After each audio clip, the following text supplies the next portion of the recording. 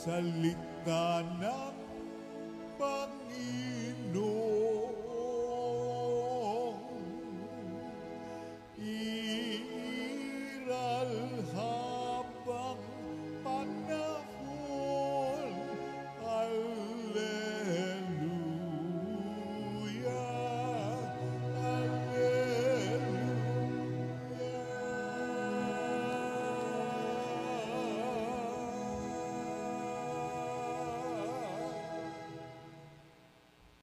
Sumainyo ang Panginoon. At sumayo rin. Ang mabuting balita ng Panginoon ayon kay San Mateo. Papuri sa iyo, Panginoon.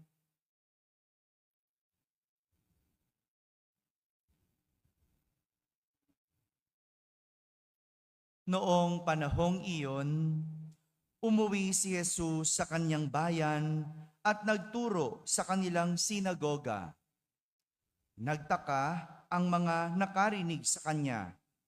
Sabi nila, "Saan kumuha ng karunungan ang taong ito? Paano siya nakakagawa ng kababalaghan? Hindi ba ito ang anak ng karpintero? Hindi ba si Maria ang kanyang ina at sina Santiago, Jose, Simon at Judas ang kanyang mga kapatid na lalaki?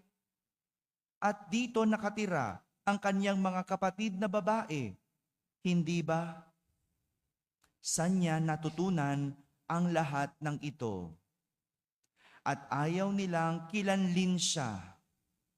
Kaya't sinabi ni Jesus sa kanila, ang propeta ay iginagalang kahit saan, liban sa kanyang sariling bayan at sa kanyang sariling sambahayan. At dahil sa di nila pagsampalataya, hindi siya gumawa roon ng maraming kababalaghan. Mga kapatid, ang mabuting balita ng Panginoon. Pinupuri ka namin, Panginoong Jesucristo. Magsiupo po ang lahat at makinig sa homilya. Isang magandang umaga po sa inyong lahat. Magandang umaga rin sa mga nasa barangay, sa mga nasa tahanan na nagsisimba via online at sa lahat ng nasa abroad. Kasama kayo sa aming banal na pagdiriwang dito sa ating parokya. Isang araw, matapos mangaral sa mga tao at sa mga sinagoga, umuwi si Jesus sa kanyang bayan. Matapos siyang magpagaling ng mga may sakit, matapos siyang gumawa ng kababalaghan, umuwi si Jesus sa sarili niyang bayan. Dahil mabilis kumalat ang balita sa mga kababalaghang ginagawa ni Jesus, namangha ang mga tao. Sapagkat nang sila'y nakarinig ng pangaral ni Jesus, namangha sila sa kanilang narinig.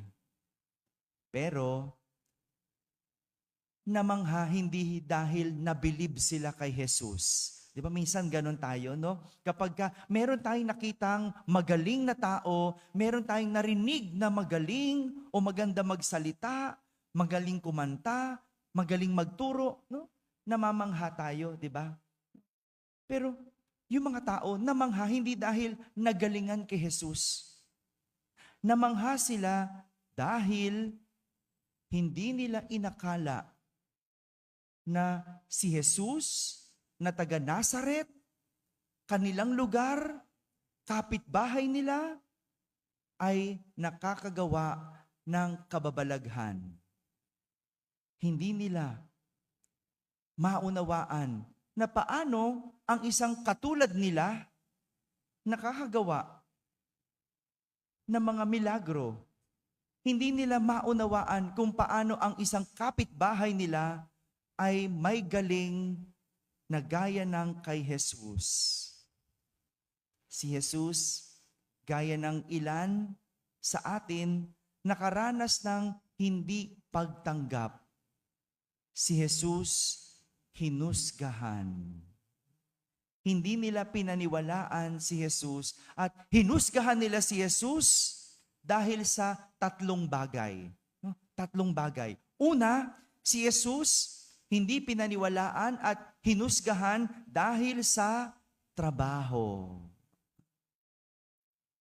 Hindi sa kanyang trabaho. Si Jesus ay anak ng isang karpintero. Magmula pa noong panahon ni Jesus hanggang ngayon, ang baba ng tingin ng tao dahil sa uri ng trabaho. O baka inuuri natin ang tao dahil sa trabaho. Kaya nga kapag basurero, kasambahay, o mabababang uri ng trabaho, kinakahiya natin. At pag pinapakilala natin, laging may salitang lang. Basurero lang. Kasambahay lang. Vendor lang. Pero bakit pag doktor, pag engineer, pag lawyer, parang ang taas-taas ng tingin natin? Bakit pag politiko, mayor, ba't di mo sinasabing mayor lang? Doktor lang. Bakit? Kanya ng tao. Inuuri dahil sa trabaho. Si Jesus hindi pinaniwalaan. Si Jesus hinusgahan dahil sa trabaho.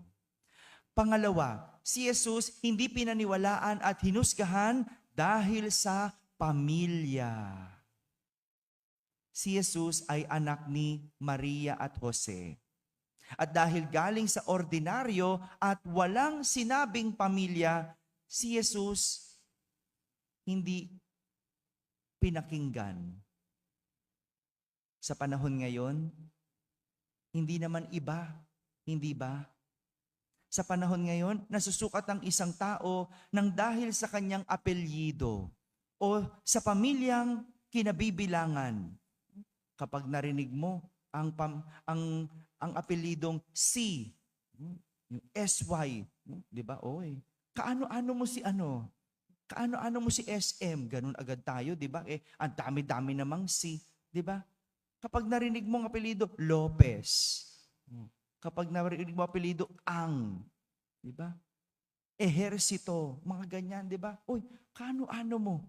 Di ba? O naiiba yung pagtingin mo sa tao. Pero pag narinig mong apelyido ay Batumbakal, no? Sino ba yun?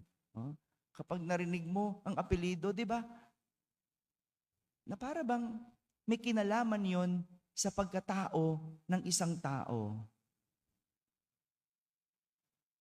Mula noon hanggang ngayon, ang tao nauuri pa rin, nahuhusgahan pa rin base sa kanyang pamilyang kinabibilangan.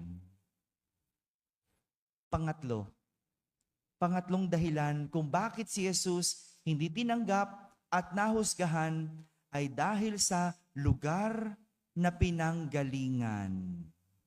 Si Jesus ay taga Nazaret. At dahil kilala ng mga tao, hindi sila makapaniwala na may manggagaling na magaling na tao sa kanilang lugar. Diba? Kaya nga ang tanong nila, hindi ba taga Nazaret iyon? Hindi ba taga rito ang kanyang mga kapatid? Hindi naman ito malayo sa atin ngayon. Kapag nalaman natin ang isang tao ay taga Batangas, no? Kapag sinabi, Batanggenyo yan. Batanggenyo. Hindi, Kapampangan yan. Kapampangan. Kapag sinabing Ilocano, anong naiisip natin? Kayo na yan, baka may makarinig sa aking mga Ilocano. Pero di ba, ganon? Kapag ang tao nakatira sa Makati, anong tingin natin? Kapag ang tao nakatira sa Tondo, Quiapo, paano natin ituring? Hindi ba? Nahuhusgahan natin. Hindi ba? Nag-iiba ang pagtingin natin. At gaya ni Jesus, hinusgahan ng dahil sa lugar na kanyang pinanggalingan. Dahil sa tatlong bagay na ito, si Jesus nilibak at hindi pinaniwalaan. Ngunit sa kabila ng yon, hindi nagpatinag si Jesus. Hindi siya nasiraan ng loob. Hindi siya napanghinaan, kundi mas lalo pa siyang nagpatuloy gumawa ng mabuti, gumawa ng kababalaghan. Dahil para sa kanya, hindi nasusukat ang isang tao nang dahil sa kanyang trabaho. Hindi nasusukat ang tao nang dahil sa pamilyang kinabibilangan o sa lugar na pinanggalingan. Dahil ang mahalaga, ang kanyang nagagawa. Kung ano ang kanyang nagagawa. Nitong mga nakalipas na linggo o na araw, hindi ba pinagnilayan natin ang tungkol sa kaharian ng Diyos? Hello, naalala niyo pa ba? Di ba? Yung paghahari ng Diyos, inihalin tulad sa maraming bagay. O, inihalin tulad sa kayamanan, sa perlas. Di ba? Naalala niyo ba? Parang wala nang naalala itong mga to, di ba? Pero sa lahat ng yon, wala namang sinabing para pagharian ng Diyos, kailangan ganitong trabaho mo. Wala namang sinabing para makaharating sa kaharian ng Diyos, dapat galing ka sa ganitong pamilya. Wala nagsabing ganon.